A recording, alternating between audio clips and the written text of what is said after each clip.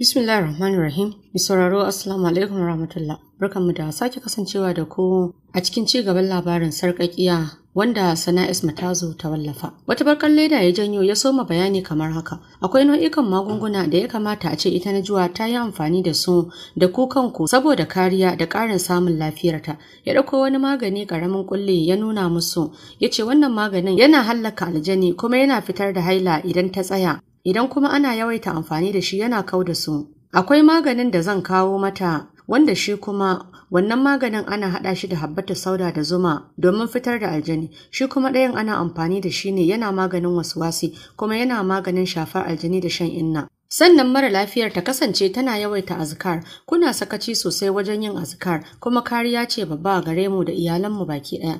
Zikiri yana hana haramtattun abubuwa da dama, duk wanda ya riko da zikiri na manzo sallallahu alaihi wasallam, to wannan zai sa bokaye ba za su damfare ka ba ko malaman tsubbu, saboda ka yadda ubangiji ne mai yi kuma shi ka miƙa wa al'amuranka. Riko da azkar zai ƙara wa mutum imani, domin kullum kana ƙara samun kusanci ne ga Ubangijinka. Duk wanda ya riko da azkar bayan samun imani zai kuma kare masa imani daga gurɓacewa, kuma ya kare ka daga mahassada. Sannan samun kariya daga kambun baka. Akwai nau'ikan mutane waɗanda idan aka yi maka kallo na mamaki ko na ƙauna ma sai hakan ya cutar da kai har ya kai ga ka hallaka. To riko da azkar yana kare ka daga wannan. Duk wanda ya riko da azkar to insha Allah zai zame masa kariya daga sharrin bokaye da masu sihiri da matsafa. Godiya suka yi masa, yayi musu sallama ya wuce. Sun yi ya faɗi abin da za a bashi amma ya ƙi.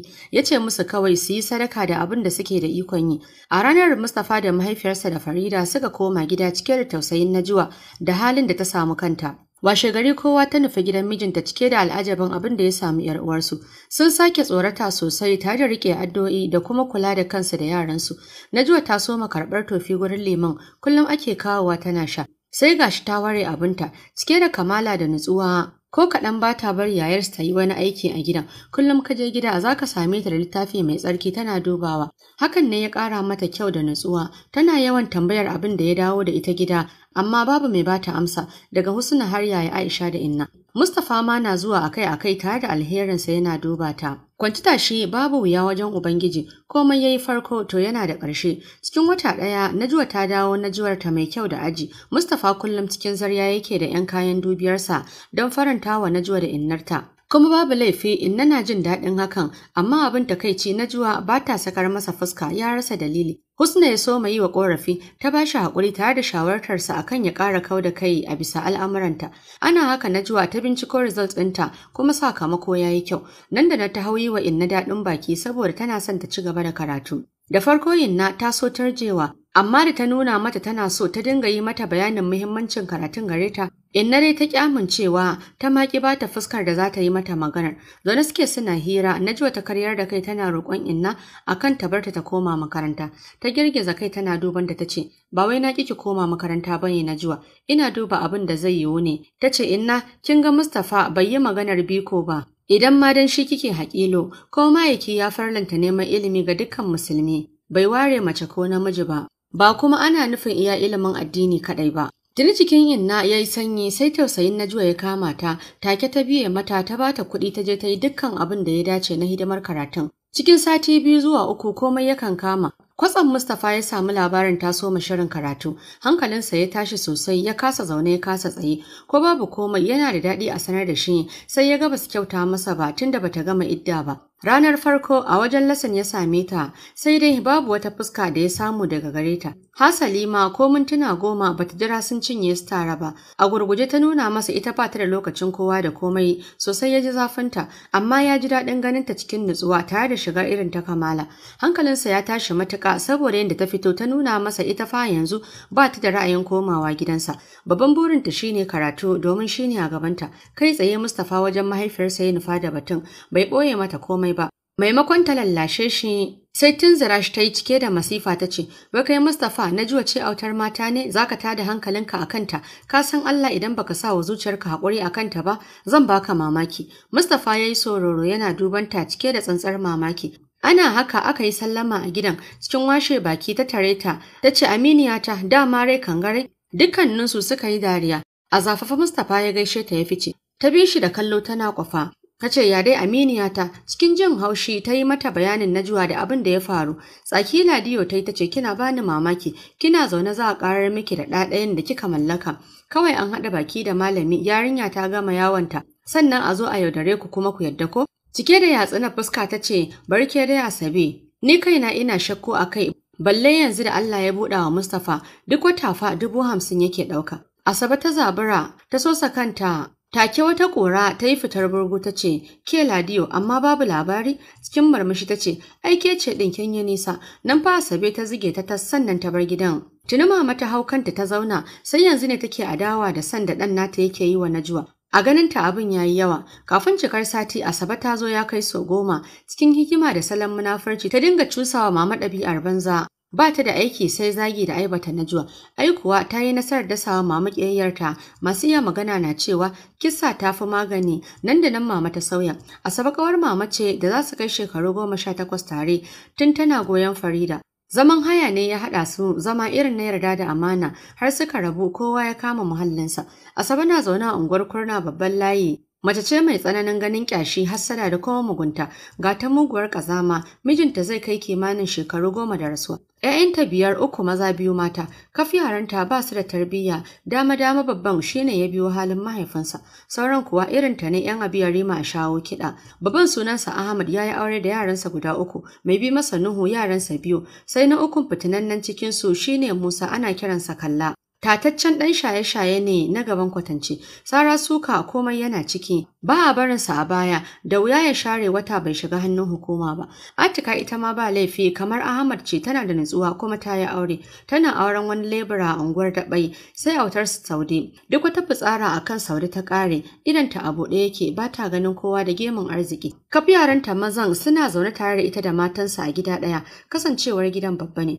Haka take bautar da matansa san ranta, surukanta na haƙuri da ita daidai gwargwado. Ta san ta kambun ƙauyuka wajen karɓo wa Saude maganin farin jini, burinta kawai ta tara mata abin duniya.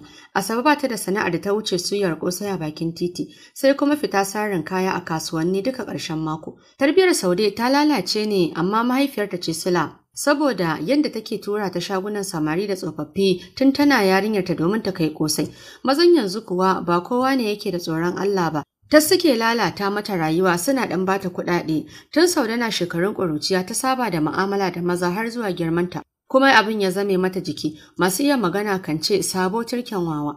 Nan da nan Saude ta saba da manyan guys sakamakon Ubangiji ya mata sura mai kyau. Irin na matan da ake so, ko makaranta ba ta zuwa, iyakarta primary kuma aji 3 ta daina zuwa. Saude dai a takaice ta zama 'yar tasha, da ita Asabe take samun kuɗin shiga akai-akai. Ciki kuwa an zubar ya fi sau shirin masaƙi. Yau wannan Alhaji gobe wancan, mutanen unguwa suka so yi mata magana a kai sai ta hau bambamin masifa. Akan shin uban wane ne ya haifa mata ‘yar, wane ne ya taimaka mata a ƙuruciyarta, dole suka haƙura aka zuba mata namojiya.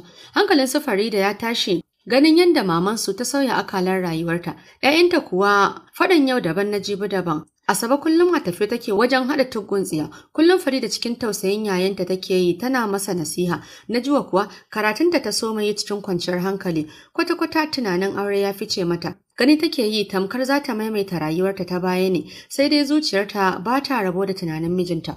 Kullum cikin yin istighfari da hailala take yi, ga yawan karatun littafi mai girma. Husna ta samo musu fama tsohuwar makarantar ta Islamiyya sun koma bangaren matan aure.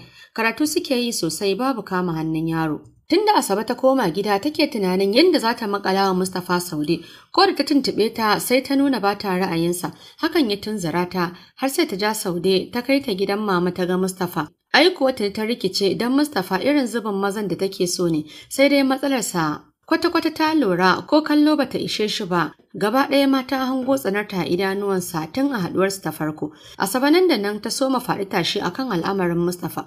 Bata tunkari mama ba, sai da ta dangana ga bokanta ya bata wani lakani na farin goro. Kasancewar mama sarkin cin goro ce. Asabe ta yi sammako ta nufi gidan mama bayan sun gaisa suna taɓa hira. Ta kwance gefen zaninta ta balli goranta daban mara magani ta soma taunawa. Nan da nan mama ta miƙo hannu, cikin farin ciki ta ɗauko mata mai magani ta bata, da haka suka yi sallama. Washe gari sai ga ta cike da tsarabar dankalin Hausa, a mutunce suka gaisa suka ci gaba da hira. Cikin nishaɗi ta ce, ni kuwa Ladiyo, me zai hana mu haɗa Mustapha da Saude aure ne?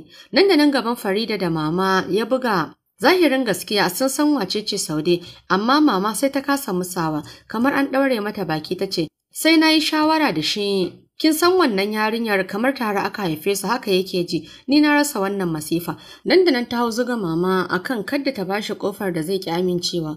A haka suka yi sallama. Bayan tafiyar ta Farida ta dubi mama cikin tausasawa ta ce, mama, dan Allah ko zaki hana yayan mu dawo da Najwa, kar ki sa ya auro mana kwarkwasa irin Saude. Wallahi ba matar aure bace wannan. Tsawar da maman ta daka mata ce ta tsayar da ita. Ta ce, ke kika haife ni ko ni ce na haife ki, shin kin fi ni hankali ne? Jikinta na bari ta ce, mama ki yi haƙuri, gani na yi hakan bai dace ba. Kuma ba a yi wa yaya adalci ba. Tsawa ta sake daka mata ta ce, yi min shiru. Haka Farida ta yi ni sukuku. Mustapha da ya dawo ya fahimci sauyi wajen mutanen gidan, sai kawai ya basar. Sai ta daidaici mamarsa ta tayar da sallah, sannan ta bi shi ɗaki. Cikin sanyin jiki ta ce, yayanmu, magana na zo mi. Ya saki murmushi ya ce, kanwata ina jinki. Yayanmu ya kamata ka dawo da anti Najwa don Allah. Ta faɗa tana kwalla. Jikinsa ne yayi sanyi ya ce, lafiya kuwa Farida. Bata ɓoye masa komai ba akan shirin su mama. Hankalinsa ya tashi matuƙa. Ya ce, Farida ki taya ni da addu'a. Najwa ta ki sauraro na, amma mafi a'ala insha Allahu gobe kai tsaye wajen innarsa zan nufa. Wai ita gudu take yi kar in dawo da ita in hana ta karatu,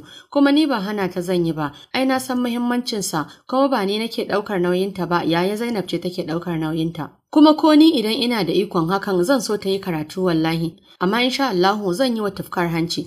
Yanzu bari na hanzarta tafiya, sai mama ta yi bacci sannan zan dawo, gudun makar ta yi maganar. Cikin farin ciki ta ce da shi, yau wayayenmu. Sulalewa ya bar gidan, zuciyarsa cike da gode wa Allah da ya ba wa Farida ikon fasa masa wannan kwai. Yana fita ya samu majalisa ya zauna, bai shigo gidan ba sai da ta yi bacci. Da safe ma Farida ya bar wa kuɗin cefane suka shirya ƙaryarsu akan aiki ne ya same shi na gaggawa. Mama ta yi ta masifa akan yaƙi jiranta. Yana fita kiran wayar gaggawa ya same shi daga mijin yayarsa Zainab. Cikin girmamawa ya ɗaga suka gaisa. Nan ya ce ya zo ofis yana neman sa. Cikin hanzari ya nufi ofis ɗin yana fatan Allah ya sa lafiya.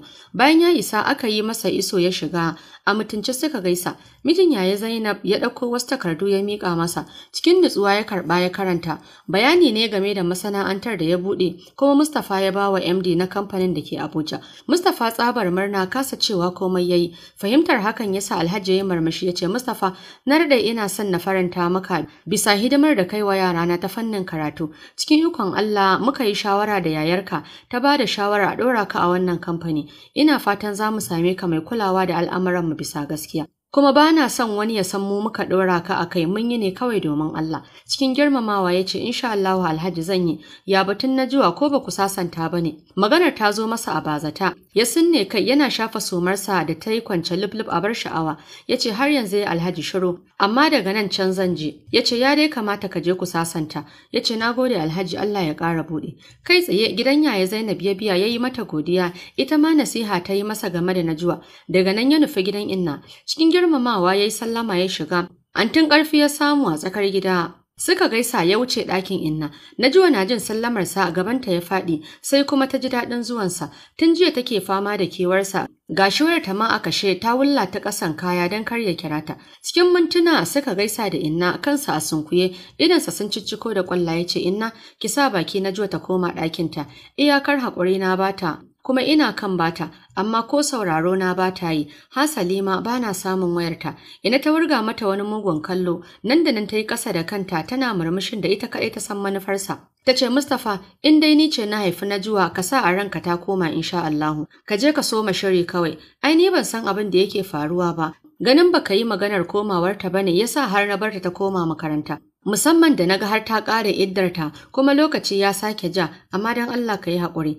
Gaskiya innar mu ne karatu zan yi. Wurga mata mafificin hannunta ta yi tana huci, ta ce taurin kanki ɗabi'ar ki ne, ba aljani kaɗai ne ya gadar miki da shi ba. Ko su jinnan ai suna raskar hali, wallahi ki kiyaye ni, ba ruwana da karatunki, ko komawa kika yi yace baya ra'ayi, dole ne ki haƙura da shi. Simi ta miƙe ta bar ɗakin tana toro baki, zuciyarta kuwa murna ce damƙam da farin ciki, ya raka ta da idanu ganin yadda ta yi ɓulɓul da ita, ta ƙara kyau. Muryar Inna ya jiyo tana faɗin, sai kayi ta haƙuri da sha'anin mata. Firgigit ya juyo a kunyace, ya ce nagode inna, Ubangiji ya ƙara lafiya. Cike da farin ciki ya yi musu sallama ya fito, ko kallon ɗakin Najiwa bai ba, tana leƙensa ta ga ya fice, ta saki ajiyar zuciya. Zuciyar ta fal ƙaunar mijin nata da tausayinsa. Mustapha da farin ciki ya je wa mama da batun samun aiki don murna har da rawa. Tsabar murna ko tambayarsa inda ya samu aikin bata yi ba. Farida kawai ya gaya wa batun aikin nasa da batun komawar Najwa domin yanzu ita ce abokiyar shawararsa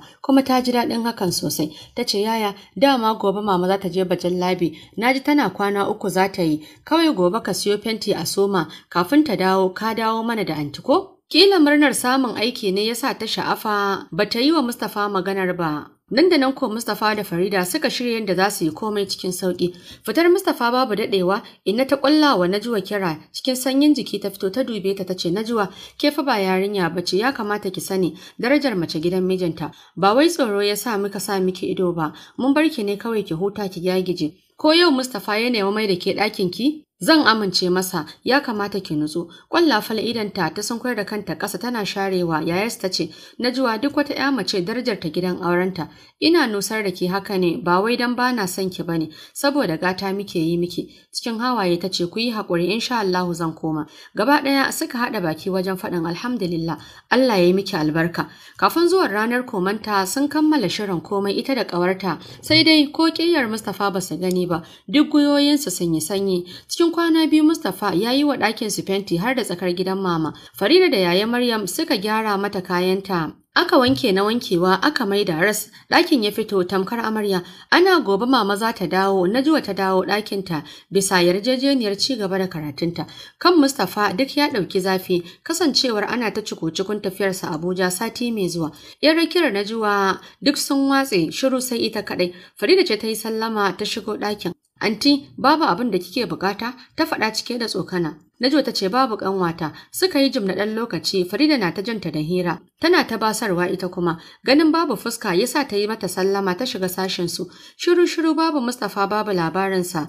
Haka ta kwanta bayan ta yi alwala. Ta jima tana karatun Alƙur'ani jikinta a sanye. Washe gari da wuri ta tashi. Tana kicin tana shirya abincin safe ya shigo. Yana sanye da shigar shadda rantsatsiya Army color. Ta saci kallonsa a ranta tana yaba tsarin zubin halittarsa, amma da ta tuno abin da ya yi mata ajiya sai ta maze.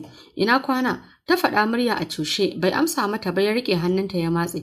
Ya ce ni matata musabaha take yi min, ta taɓe baki ta ce oke. Sai ka je wajen ta ai, ganin za ta yi masa wasa, yasa ya ɗaure fuska ya ce oke zan tafi, tafiya ta kama ni akalla sati guda zan yi, ga wannan duk abin da kike bukata ki yi da su, please a kiyaye lokutan sallah. Bai jira cewar ta ba ya wuce bayan ya ajiye mata kuɗin, yana kunshe dariyarsa, sauri ya fice domin baya so mama ta same shi. Yana fita wata wahalalliyar kwalla ta zubo mata, tambayar kanta take yi me Mustapha yake nufi da ni, wato nufinsa zai yi min ramuwar gayya ne, ina za shi? Ina ya samu kuɗin da ya bata masu yawa, nan da nan kanta ya sara ta dafe tana neman agajin Ubangiji. Abincin maji ta ya fita daga ranta, ta tattara ta fasa ɗorawar shayi kawai ta sha. Tafiyar Mustapha da awa guda sai ga yara na shigowa da kayan mama alamun ta dawo. Nan da nan Najwa ta fito tana murna da dawowar mama, ta karɓi kayan wajen yaran tana shiga da su ɗakinta. Tun daga soro ta soma faɗin wannan fentin fa, da sauri Farida ta zo ta tare ta tana washe baki. Jin maganar mama ya sa Najwa ta saka hijabinta da sauri ta nufo mama tana fara'a. Turus mama ta yi tana yamutsa fuska ta ce, wannan kayan fa. Cikin inda Farida ta ce, mamar mu jiya ta dawo. A sanye Najwa ta gaishe ta. Sama ta amsa ta wuce ɗakinta. Fuskar ta a ɗaure, ganin Najwa bai hana ta faɗar maganganu ba. Mita kawai take yi ba kama hannun yaro, wato Mustapha sai da ya dawo da wannan ragowar aljanin ko zai zo ya same ni ne. Jikinta a sanye ta koma sashinta tana ayyana ni Najwa na ga rayuwa, daga wannan sai wannan kuma. Farida ta shigo tana bata baki, cikin masifa mama ta kwalla mata kira, da sauri ta fita jikinta na rawa. Har yamma bata sake ganin ta ba sai mitar mamar take ji lokaci bayan lokaci. Wayarta ta ɗauko kamar za ta kira shi sai kuma ta fasa kiran nasa. Mustapha kuwa ya tafi zuciyarsa cike da tunanin Najwa, sai dai yana son nuna mata ya ji zafin abin da ta yi masa na kin dawowa gidansa. Kwanansa 3 ya kira Farida, kaf abin da ya faru sai da ta gaya masa, Ko da suka gaisa da mama faɗa ta so mai akan me ya dawo da ita cikin sanyin jiki ya dinga bata haƙuri an ce ɗa da mahaifi sai Allah bata sake maganar ba ta hau tambayar sa yanayin aikinsa cike da jin daɗi ya amsa yana mata bayanin har an gama yi masa komai an bashi ofis. Najwa ta shiga takura Ƙiri-ƙiri mama take nuna mata tsana da kyara, tana faɗar an cuci ɗanta an ba shi ragowar aljini. Kafin cikar sati duk ta rame, kullum cikin kuka take yi. Kwatsa mu sai ga Asabe a gidan a safiyar Laraba. Hankalinta ya tashi sosai, ta dinga yi wa mama bambamin faɗa kamar ta dake ta, amma mama ta kasa yi mata magana. Hasali ma wani kwarjini take yi mata. Jiki a sanyaye ta yi mata bayanin bata nan ya dawo da ita, har da bayanin samun aikinsa. Nan fa ta ƙara haukacewa jin samuwar Daula. Najuwaji ta yi ba za ta jure zaman takaici ba. A safiyar Alhamis ta janye wa kanta hutun da ta ɗauka da safe. Ta yi karin kumallo, ta shiga ta gaida mama cikin shirin fita. Mama ta kalle ta sama da ƙasa ta ce, "Ya wale ina kuma za a je?" Ƙwarai yadda ta kira ta da sunan ya yi mata ciwo, sai ta dake ta mai da ƙwallata ta ce, "Mama makaranta za ni." "Makaranta a gidan nan?" Ai mun yi maganar ya amince kuma tun kafin na dawo na soma zuwa." Ta ce, Mustapha kenan ya zama shanyayye, tashi ki bani guri." Cikin sanyin jiki ta wuce abinta. Tun kan ta kai soro ta jiyo kwararatanta, makaranta ko yawon tambada. Lallai, dan Allah Farida ki jiye mun wannan. Farida ta yi kus takaicin duniya ya addabe ta, ta rasa me ya sauya mamansa haka. Najwa cikin kasala ta fito daga lungun su, jikinta a sanye ta nufi makarantar ta FCE. Tafiyar awa 2 ce ta kai ta makarantar. Ta wuce ciki, tana shiga ta hango Tima da Husna da saurinta ta ƙarasa gurin tana murmushin yaƙi. Ƙawar mu kin kusa makara. Kuma kin san yau babu sauki, idan ta wuce ka babu mai yi maka bayani mai gamsarwa kamar shi. Ta ce ku yi haƙuri abin hawa na rasa, duk suka dube ta da mamaki, ina mashin ɗin oganki, ya fita aiki yana dutin safe. Ta faɗa cikin basarwa, ba su kawo komai ba suka bi bayanta zuwa aji suna hira. Karfe 2 aka tashi darasi, don haka cikin azama Najwa ta yi musu sallama ta nufo gida. Har ta hau mota ta jaranta na son kunshi, don haka ta ce wa mai adaidaita ya kai ta hauren legal. Kunshi aka yi mata ja amma ban da baki. Sannan aka yi mata gyaran gashi sai karfe 4 sannan ta dawo gida. Goyoyinta a sanye ta shiga gidan. Asabe da Saude suna zaune ana shiryawa mama gadar zare. Har kasa ta tsugunna ta gaishe da Asabe ta amsa tana kakkaucewa. Saude kuwa galla mata harara ta yi cikin sanyin murya ta ce, "Mama sanni da gida na dawo." "Na ganki to sai me?" Agwasa ta faɗa cikin sauri ta shige ɗakinta. Farid da samu ta gyara mata komai ta fere mata doya tana ta zabalbala akan wuta. Cikin sauri ta tare ta, "Antin mu sanda zuwa." Ta ce, "Yauwa autar mama, me kike dafa mana?" Yaya ne yayo waya yana hanya, wai in ce ki yi masa sakwara, ganin kina makaranta yasa na rage miki aikin. Ta yi ɗan jin zuciyarta akwai damuwa, amma gudun kada Farida ta fuskanta yasa ta yi murmushi ta ce, "Kin kuwa kyauta, bari in watsa ruwa la'asar ta kusa, kila ya kira wayata a kashe ne ban da caji." Najwa tana ba da baya inna Asabe ta taɓe baki a ranta tana ayyana sai ta yi da gaske domin dai Najwa ta fi ‘yarta komai da komai. Kafin karfe 6 sun kammala komai. Har farfesun hanta da lemon zoɓo sun yi. Ambulan ɗin da ya bata bata buɗa shi ba sai yau. Da kuɗin ta yi amfani tana ta jinjina yawan su naira 30,000 ne. Cikin wayo ta dinga bincikar Farida nan ta gaya mata komai game da aikin nasa sai dai bata gaya mata mijin yayarta ne ya bashi aiki ba. Mi sauraro bari mu dakata a nan sai ka biyo mu a shiri na gaba.